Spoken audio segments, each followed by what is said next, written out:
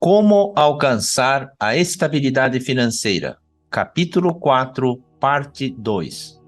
Oportunidades diárias de economia na sua vida. Página 77. Dentro de uma empresa, são infinitas as possibilidades de encontrarmos oportunidades de economizar pequenos valores.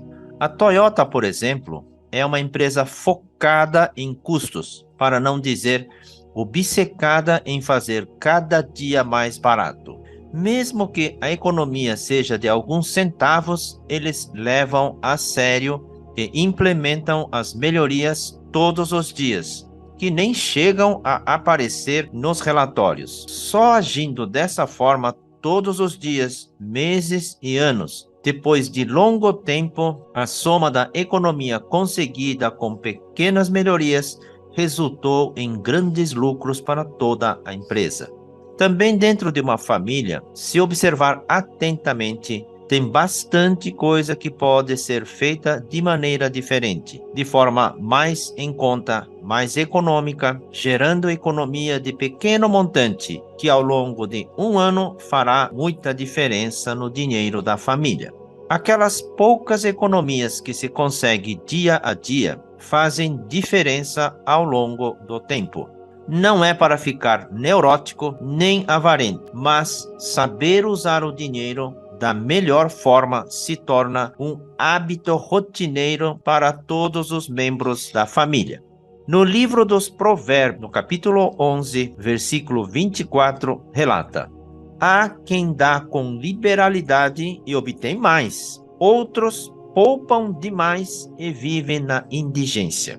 Aquele que pensa só em economia se torna avarento, poupa demais, mas acaba vivendo na indigência, ou seja, a alma da pessoa se torna pobre com o passar do tempo, por focar somente em acumular o dinheiro. Há quem dá com liberalidade e obtém mais. Parece contrariar a ideia de economizar, de fazer cada vez mais por menos. Dar com liberalidade significa que o outro lado também deve ficar satisfeito. O ganho obtido acharcando o indefeso não pode ser considerado lucro. Portanto, o ganho deve vir do árduo trabalho de juntos conseguirem fazer com menor custo o melhor produto, mas que tanto o fornecedor quanto o cliente estejam ganhando. Só assim faz sentido melhorar continuamente. Imagine a força de uma empresa com 1.000 funcionários, por exemplo. Se cada um conseguisse gerar R$ 1 por dia continuamente, juntos seriam R$ 1.000 por dia, R$ 30.000 por mês.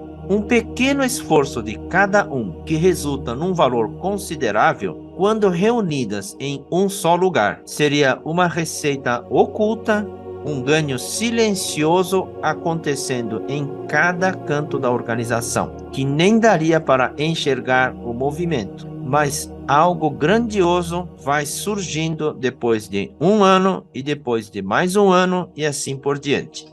Criar um ambiente que permita às pessoas vencerem a vergonha para fazerem as coisas mais simples, por mais absurdo que seja, começarão a surgir inúmeras ideias, sugestões que estão adormecidas, porque sempre fizeram assim, porque foram impedidos de colocar em prática. Uma montanha de ideias simples e boas está represada e sufocada pelo medo da opinião dos outros. Isso tudo pode ser colocado para fora, libertando cada um a ser ousado e a ser ele mesmo. Esta busca constante em criar valor todos os dias, acumulado continuamente ao longo de anos de trabalho, cria um valor que não dá para imaginar que é possível a partir de valores tão pequenos. O Banco do Brasil tem um patrimônio bilionário que não foi criado da noite para o dia. Este banco está trabalhando há mais de 200 anos, desde 1808. A Coca-Cola ganha poucos centavos em cada refrigerante que vende. Porém, sua bilionária lucratividade vem das vendas que ultrapassam mais de 1 bilhão de refrigerantes vendidos no mundo todo, todos os dias, desde 1892, há mais de 120 anos. A Adams, dona da marca Chicletes, fabrica goma de mascar desde 1906, há mais de 100 anos. Seus ganhos em cada caixinha vendida são poucos, mas a quantidade que eles vendem diariamente e o tempo que estão trabalhando tornam estas marcas muito valiosas no mercado. No trajeto de longo prazo, na caminhada de uma vida inteira, podemos seguir pelo caminho da atitude de pegar pequenos valores e ir acumulando pouco a pouco. Ou podemos seguir o caminho de torrar este pequeno valor. O primeiro, quando passa, vamos supor, dos 60 anos, nessa trajetória de acumulação de pequenos valores, terá uma vida tranquila e confortável na sua velhice.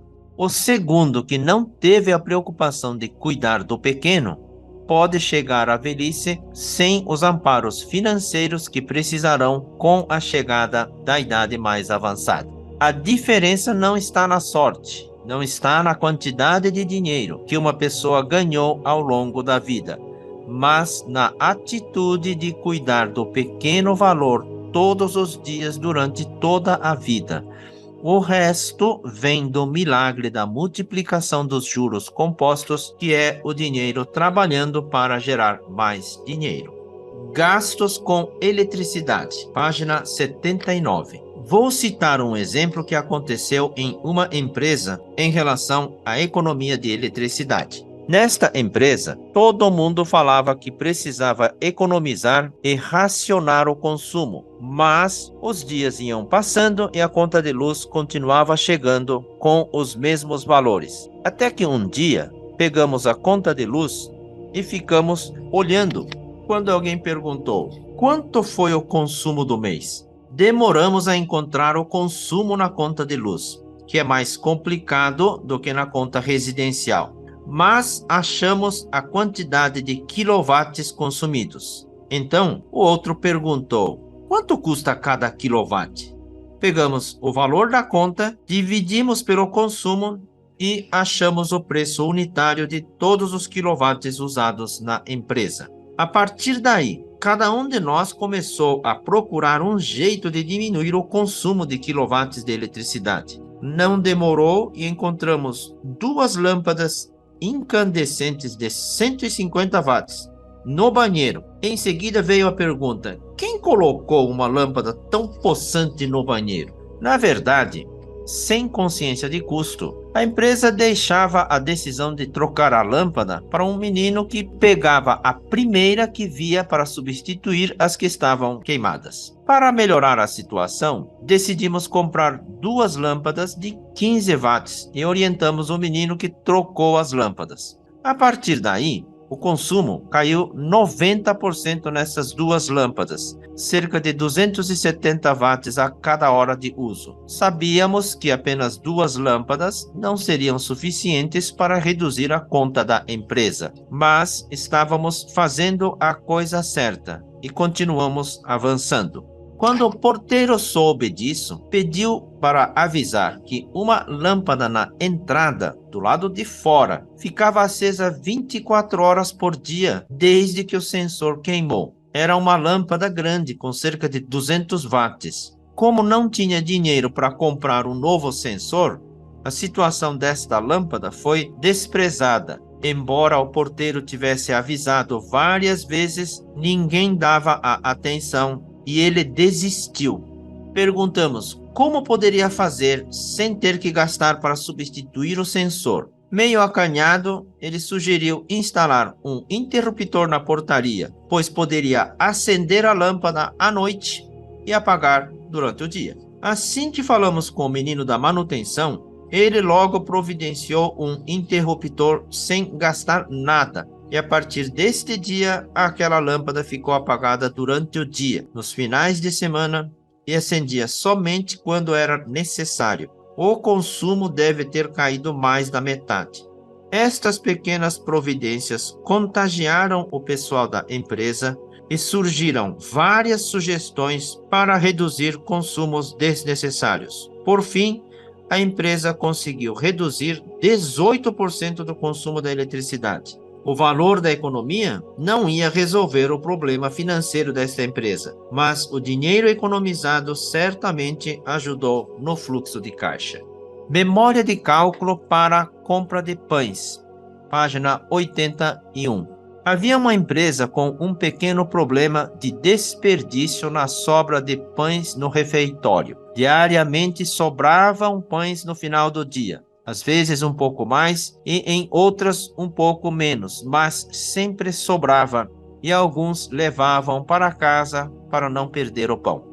Quando questionaram a encarregada do refeitório sobre como era definido a quantidade de pães solicitados todas as manhãs, a resposta foi que pediam 2 vezes a quantidade de funcionários da empresa, pois a orientação era que não faltasse pão para ninguém. Depois de conversar com o responsável, as meninas que trabalhavam no refeitório resolveram introduzir um fator nesta tal memória de cálculo, na tentativa de ajustar a quantidade e reduzir o desperdício.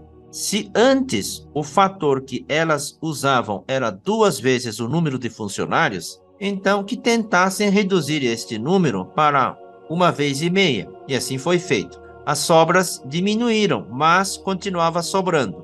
Elas então foram orientadas a testar o número deste fator até conseguirem um ponto ideal. Demoraram um pouco, mas finalmente chegaram a um número que praticamente zerou o desperdício. A partir daí, se fixou na memória de cálculo esta constante que funcionou. As sobras ficaram praticamente zeradas. Em valor, a economia foi de aproximadamente 1/3 da quantidade inicial, o que representava a cada 3 dias ganhou o equivalente a 1 dia de consumo. E o envolvimento das meninas que cuidavam do refeitório gerou novo ânimo para elas trabalharem com mais alegria, conscientes do valor que conseguiram reduzir. Uma coisa seria apenas obedecerem às ordens que vinham de cima, mandando diminuir a compra para reduzir o desperdício. Outra completamente diferente foi criar um envolvimento com as pessoas que cuidavam do assunto, ajudando-as a chegarem a alguma fórmula que pudesse resolver os problemas. O mês tem 30 dias e 10 horas, página 82. Quantos dias tem um mês? Claro que um mês tem 30 dias. Isso mesmo. Como padrão, na maioria das vezes, o mês é considerado com 30 dias. Mas como um ano tem 365 dias, um mês teria, portanto, 30 dias e mais 10 horas, fora o ano bissexto. Quando alguém atrasa o pagamento, os juros são contados por número de dias de atraso, e então o mês será contado como 30,4 dias. Quando as pessoas fazem as contas com base nos 30 dias, estão jogando fora os 5 dias que tem o ano, além dos 12 meses de 30 dias. Considerando o ano bissexto, a cada 4 anos, teríamos 1.461 dias, que se compararem com os 48 meses de 30 dias, seriam 1.440 dias. A diferença em 4 anos seria de 21 dias, e não seria pouca coisa para serem deixados de fora das contas. Estante do almoxarifado, página 82. Em uma indústria, o setor de almoxarifado pediu um projeto para montar 2 estantes de madeira com 3 metros de altura por 12 metros de comprimento e 1 metro e 10 centímetros de largura. O orçamento inicialmente apresentado foi um valor que o setor financeiro da empresa considerou alto demais e o projeto foi recusado. Para tentar diminuir o valor, a equipe de almoxarifado iniciou um estudo para encontrar alguma maneira de conseguir o que precisavam dentro do valor razoável aprovado pela empresa. Alguém da equipe que conhecia um pouco de marcenaria disse que, se as medidas da construção das prateleiras fossem múltiplas das tábuas que eram padrão no mercado, poderiam ganhar no aproveitamento. Então, eles foram até a madeireira para pegar as medidas dos materiais e refizeram os cálculos. Com isso, conseguiram reduzir sensivelmente a quantidade de materiais necessários, fazendo e refazendo as contas, desenhando e redesenhando o projeto. Eles finalmente conseguiram chegar a um modelo que aproveitava quase todo o material, tudo em medidas múltiplas dos padrões existentes. Com esse esforço conjunto da equipe, conseguiram reduzir o valor do orçamento em quase metade do preço inicialmente apresentado e finalmente conseguiram a aprovação para a liberação da verba. O tempo que a equipe gastou para refazer o projeto pareceu perdido, mas logo que concluíram as duas estantes, perceberam que os que participaram do projeto aprenderam que, se eles se dedicarem com afinco, conseguem melhorar bastante e tornar realidade um projeto que inicialmente tinha sido recusado. Por sua vez, com essa abertura que deu aos funcionários em momentos de necessidade, em troca, a empresa ganhou um valioso aprendizado como o custo do lote econômico, elevando o nível de cultura corporativa em custos. A empresa passou a conseguir fazer mais com menos dinheiro. Tarifas bancárias, página 83. Quando as despesas ficam no débito automático da conta corrente, a conferência é esquecida por causa da comodidade proporcionada pela facilidade. A facilidade economiza tempo. Tempo é dinheiro, mas isso não dispensa a conferência de cada débito feito pelo banco, principalmente na conta de tarifas bancárias, aqueles pequenos valores que o banco debita da conta corrente e vão morrendo no meio do lote grande que, por serem de valor menor, muitas vezes acabam passando direto. Com o tempo, se perde a capacidade de questionar sobre a que se refere cada tarifa paga. O banco sabe marcar clientes questionadores e clientes aceitadores. Para aqueles que aceitam tudo sem questionar, o banco direciona mais débitos, pois cada tarifa debitada é lucro para o banco. Para os clientes questionadores, o banco tem tabela de negociação que varia de acordo com o montante de volume que cada cliente movimenta com produtos que interessam ao banco. Sempre cabe negociação. No caso das empresas que são pessoa jurídica, o movimento costuma ser bem maior do que o de pessoa física. Portanto, o poder da barganha também é maior, porque o banco não quer perder cliente. Certa ocasião, em um simples telefonema que uma cliente fez para o gerente do banco, conseguiu reduzir pela metade o custo da tarifa que cobravam para cada título de cobrança bancária. Esta empresa operava com milhares de títulos mensalmente, e a economia obtida foi bastante significante, suficiente para pagar o salário do encarregado financeiro durante um bom tempo. Na verdade, isso tudo era falta de experiência de quem cuidava do setor, pois, acostumado a sempre ter dinheiro, nunca precisou negociar com o banco, até descobrir que o banco sempre operou com tabela no preço máximo, sem desconto. Esta iniciativa motivou os funcionários a prestarem mais atenção nos débitos realizados nas contas correntes, inclusive de suas contas particulares, elevando ainda mais o nível de consciência sobre o uso correto do dinheiro. Thinner de limpeza, página 84. No setor de impressão de uma indústria, se gastava um volume considerável de produtos químicos, no caso diluente Thinner, para limpar e remover as tintas do cilindro de impressão. O consumo elevado deste produto, além do grande custo, demandava espaço elevado para a estocagem, além da segurança necessária por ser um produto inflamável. E ainda gerava lixo químico contaminante e precisava contratar uma empresa especializada para o descarte. O funcionário que trabalhava nesse setor da empresa vinha pensando em alguma maneira de diminuir o consumo e um dia sugeriu que se decantasse o diluente que poderia ser reutilizado. Bastava que o líquido descansasse por uma noite, que amanheceria separado da tinta no fundo por ser mais pesado, e na parte de cima o diluente por ser mais leve, podendo ser reutilizado. A ideia foi apresentada ao comitê de avaliação e foi aprovada, entrando em operação logo em seguida. Com esta ação, a empresa conseguiu reduzir o consumo do thinner em 1/3, uma vez que o mesmo líquido pode ser reutilizado por 3 vezes, para só depois seguir para o descarte. Isso reduziu o dinheiro que ficava no estoque, ganhou espaço na fábrica e o risco do produto inflamável também foi reduzido. A empresa ganhou no custo e o meio ambiente ganhou na preservação. Que cuidados devo ter para comprar um carro? Página 85. A aquisição de um carro representa o sonho de muitos brasileiros. Afinal, a compra de um veículo significa conquista e vitória na vida. Sonhar é bom, mas se iludir é perigoso. Tem muita gente que entrou na onda, embarcando na facilidade do financiamento, e alguns meses depois, o que era sonho se tornou pesadelo. O carro na garagem trouxe alegria para a família, mas juntos vieram muitas despesas que desestruturaram o orçamento familiar com transtornos financeiros. Na medida em que se vai aprendendo, pensamos: se eu soubesse disso antes, não teria entrado nessa.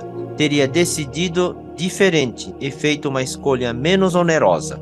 Há algumas perguntas simples que podem ser respondidas facilmente antes de comprar um carro. Por exemplo, você sabe quanto custa o IPVA? Quem não conhece questiona: o que é isso? Tem gente que compra o carro primeiro e depois descobre que precisa pagar o IPVA, que no caso do estado de São Paulo, custa 4% do valor do bem e precisa ser pago uma vez por ano no começo de cada ano. Outra pergunta é: o pretendente já pesquisou sobre o custo do seguro? Porque o seguro varia de carro para carro, idade do condutor, CEP onde mora e outras variáveis. É bastante recomendável que a escolha do modelo do carro a ser adquirido seja feita em função do custo do seguro. Só nestas duas contas, IPVA e seguro, vão cerca de 10% do valor a cada ano. Não é pouca coisa, porque entre imposto e seguro, você paga um carro a cada 10 anos. E a garagem? A sua garagem mede 4 metros e você está comprando um carro que mede 4 metros e 10 centímetros? Vai mexer no portão e gastar mais dinheiro? Ou nem tem garagem e vai arriscar deixar na rua? E quanto ao consumo de combustível? Você já pesquisou quantos quilômetros o carro faz por cada litro de combustível? Já que o combustível é um item caro no Brasil, um modelo que faz 12 km por litro é bem diferente daquele que faz apenas 7 km por litro. A despesa com combustível durante o ano todo pode representar um valor muito grande.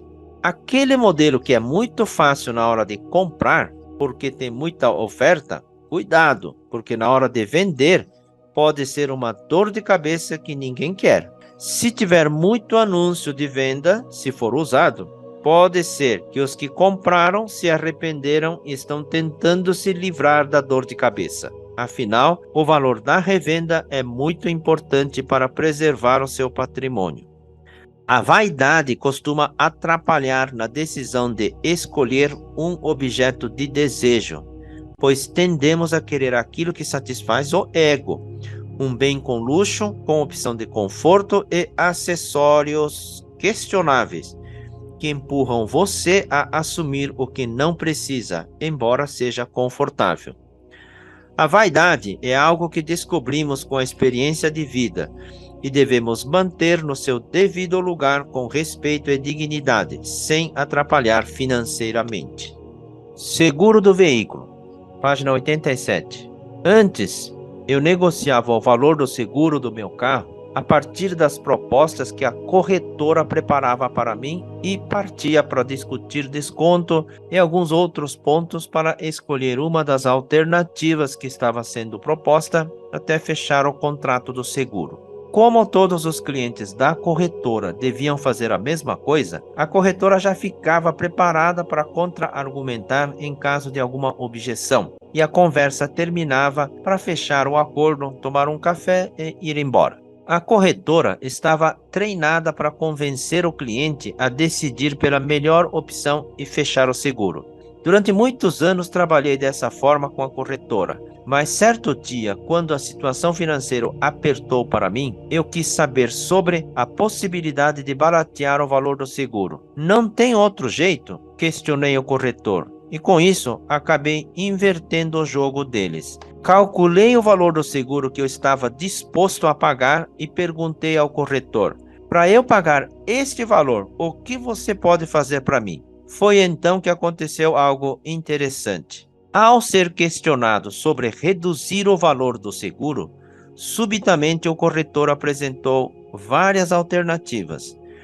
A corretora tinha uma meta, um alvo de valor que deveria tentar chegar. Isso mudou a forma viciada da relação de muito tempo com a corretora. Quando você tem um alvo em mente, de alguma forma se consegue alcançar isto. A mente reativa da corretora foi substituída pela mente interrogativa e passou a trabalhar a favor do cliente. Juntos, descobrimos condições que puderam ser modificadas e a redução do valor foi da ordem de 30%. Economia de combustível.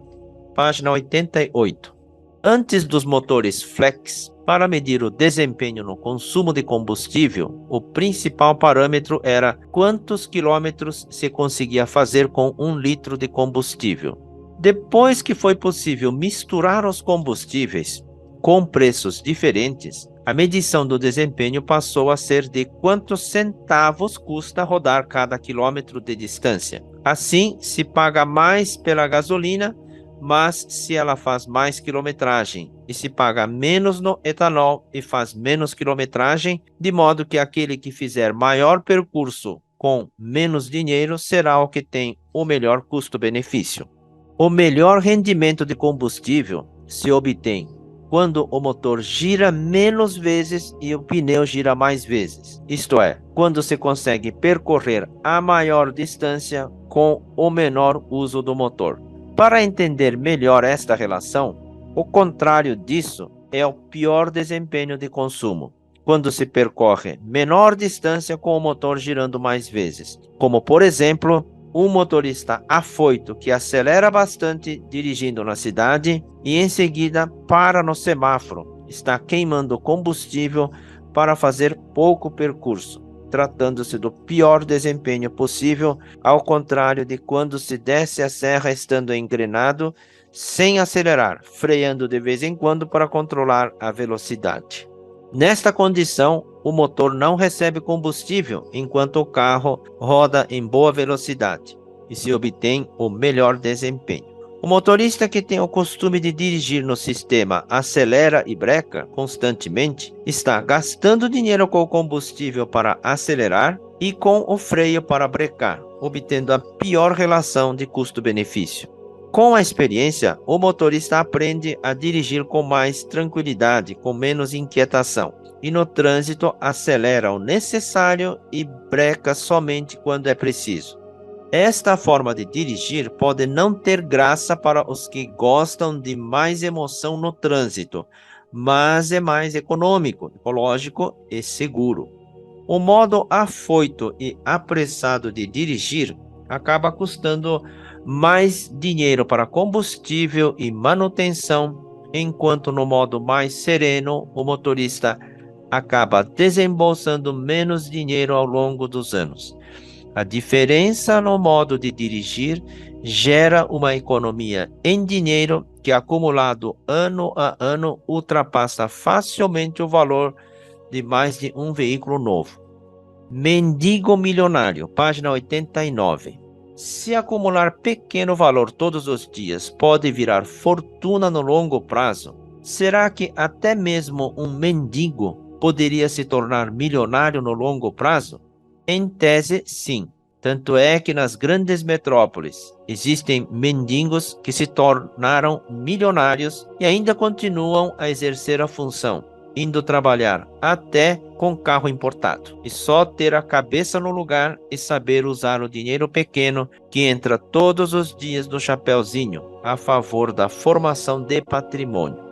Não estou sugerindo nem incentivando esse método, mas apenas a constatação de que no mundo existem pessoas assim, que devem ser exceção, casos raros de indivíduos que conseguem esta proeza diferenciada.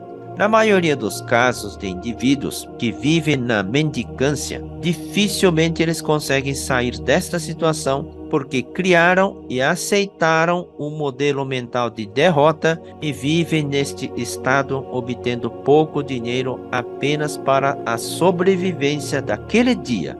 Para estas pessoas, passa longe a preocupação de formar uma poupança para reservas futuras. Aliás, não precisa ser mendigo para não fazer poupança. Uma parcela significativa das pessoas que trabalham não consegue formar uma poupança de reserva. Tem os que sobrevivem na informalidade e não conseguem contribuir com o sistema da previdência, ficando desamparado na sua velhice, com dificuldade até para conseguir a aposentadoria de um salário mínimo.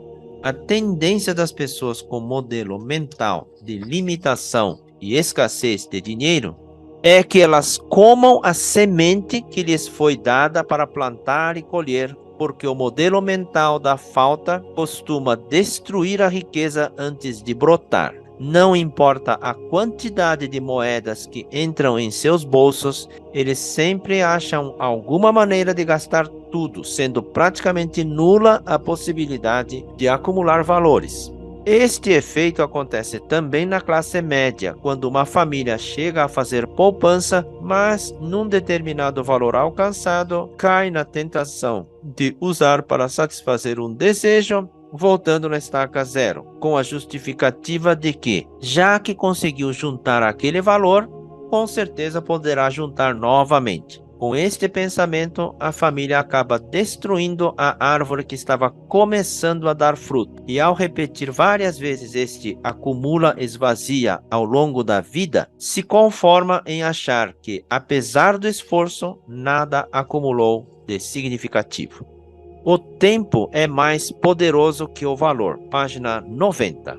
Na acumulação de patrimônio financeiro, o tempo dedicado ao investimento é muito mais importante do que o valor investido ao longo deste tempo. O que faz o dinheiro gerar mais dinheiro é o poder multiplicador do juro composto ao longo do tempo, ao longo de muitos anos. Na nossa simulação, mostramos que, ao investir sistematicamente R$ 1 por dia durante 100 anos, o saldo acumulado poderá chegar a R$ 2.600.000. Então, uma pessoa me fez a seguinte pergunta: se em vez de aplicar R$ 1 por dia, eu dobrasse o valor para R$ 2 por dia, o tempo de 100 anos seria reduzido pela metade para alcançar o mesmo valor acumulado? Este foi um raciocínio interessante. Então, colocamos o dobro do valor na simulação, calculamos em quanto tempo atingiria o mesmo valor e chegamos à resposta de que levaria 89 anos para formar o mesmo valor de R$ 2.600.000. Dobrando o valor, o tempo será reduzido em apenas 11 anos. O que mostra que o valor investido não representa muito no saldo que irá acumular, mas o tempo que o dinheiro ficará aplicado tem muito maior impacto no valor. Claro que isso tudo é matemática simples e linear, considerando simulação de hipótese e que tudo ocorra em uma linha reta, sem nada sair errado no percurso. Na vida real, isso não é verdadeiro, pois no dia a dia acontecem fatos que irão modificar o plano traçado. Também podem ocorrer situações favoráveis, como por exemplo, a família ter condições de investir maior valor e também os filhos pegarem gosto e assumirem o compromisso de dar continuidade ao investimento. O importante não é tanto o caminho que se escolhe, mas a atitude de se entregar de corpo e alma com total dedicação no caminho escolhido. 100 anos é muito tempo, vou desistir. Página 91. Quando alguém sugere um longo tempo de 100 anos, as pessoas costumam brincar com esse fato, dizendo que não estarão vivas até lá. Como não viverão tanto tempo, então vão gastar mesmo. Afinal, para que abrir mão dos desejos do presente e guardar dinheiro para um futuro que nem sabemos se acontecerá? Dá para reunir argumentos de sobra para quem deseja gastar e não poupar. Na questão do dinheiro, depende do uso do livre-arbítrio para escolher de que lado se quer ficar ao conduzir sua própria história de vida. Também concordo que não adianta poupar e se frustrar. Reprimir desejo e poupar é perigoso, porque mais cedo ou mais tarde, aquele desejo voltará para acerto de contas. A poupança terá que ser uma escolha alegre e descontraída, algo que se faz naturalmente sem abrir mão do que dá prazer. A poupança não pode ser sacrifício. Na geração dos imediatistas, que querem tudo na hora, a ideia de que o que é bom tem longo tempo e maturação não funciona. Assim, sugerir para estas pessoas o hábito de acumulação lenta ao longo de tantos anos certamente sofrerá rejeição. Para quem tem 60 anos, por exemplo, o tempo de 30 anos tem significado diferente de quem tem 30 anos. A contemplação do horizonte de tempo vai alterando com a experiência de vida.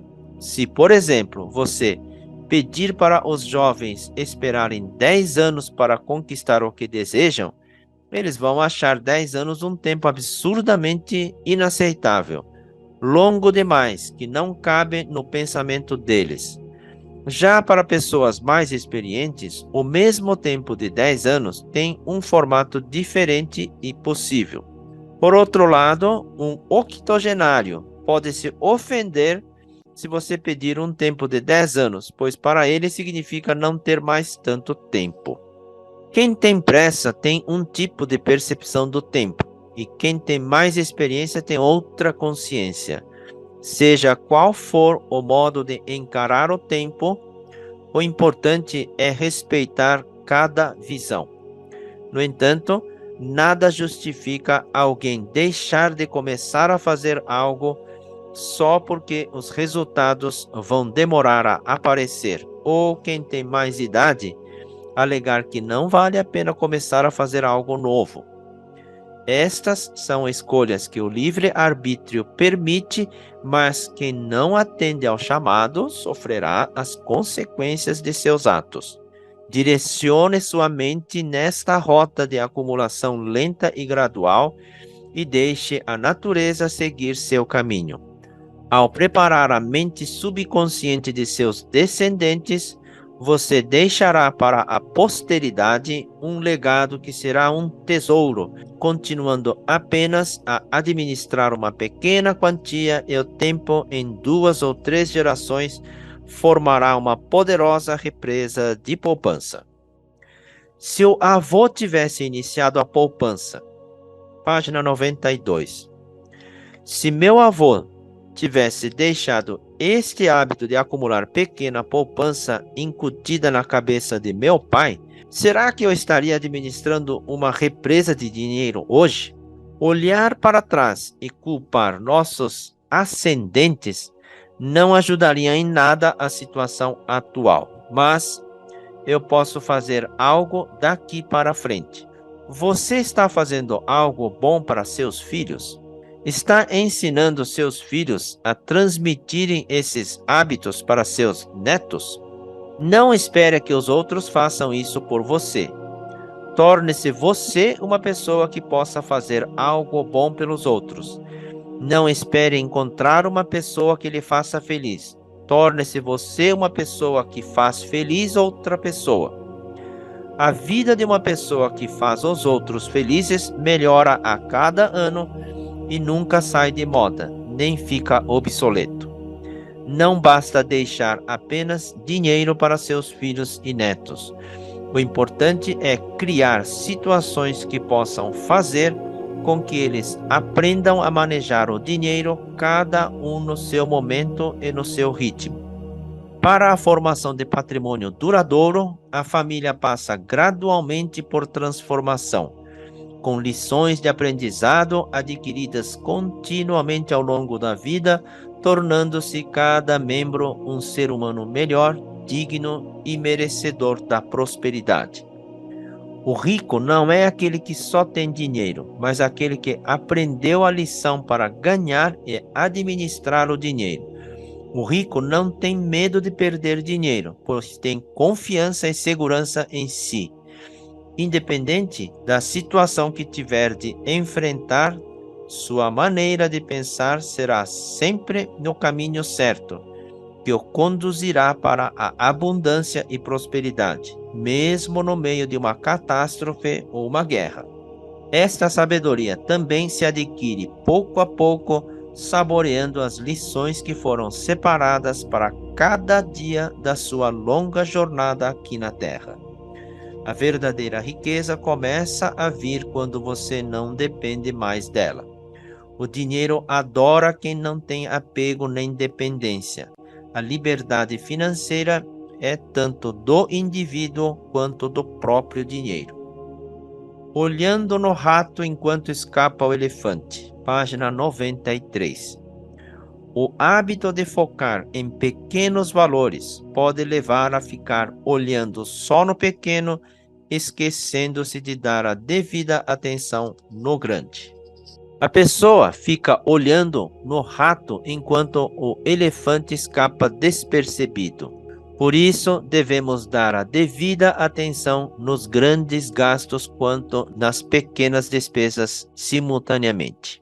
Devemos criar mecanismos para evitar que a arrogância de quem cuida de grandes despesas lhe sobreponha a humildade dos que cuidam de pequenos valores. Dentro de uma organização, o setor que cuida de milhões de reais tende a menosprezar o setor menor que cuida de valores pequenos. Se os que cuidam das pequenas despesas não receberem a devida atenção, a tendência é dar menos atenção só porque o valor é irrelevante em comparação com as grandes despesas. E o inimigo aproveita esta brecha aberta para entrar e fazer o trabalho de proliferar a destruição de valores, enaltecendo os grandes e ridicularizando os pequenos. Quando uma organização descuida das pequenas coisas, ela começa a cair pouco a pouco sem perceber. Algumas famílias adotam uma forma de separar as funções. Enquanto o pai cuida das grandes questões, a mãe se preocupa com as pequenas despesas ou vice-versa, dependendo do perfil de cada pessoa. Nas organizações, a separação de funções por perfil também é bastante útil. Aqueles com perfil de focar no horizonte maior de tempo e espaço têm tendência a gostar de cuidar bem dos grandes valores, enquanto o possuidor de perfil detalhista cobra pequenos detalhes do dia a dia e se dão bem em administrar pequenos valores. A liderança usa da sabedoria para obter o melhor de cada um. Juntar pequenos valores certamente não é a única forma de ganhar dinheiro, mas há que estar aberto para enxergar as inúmeras possibilidades de ganho que a realidade do dia a dia apresenta o tempo todo. O importante é tratar com consciência cada valor, seja pequeno ou grande. O pequeno nos ensina a sermos cuidadosos com o pequeno. O grande nos ensina a sermos cuidadosos com o grande, quer seja na questão do dinheiro ou em relacionamentos.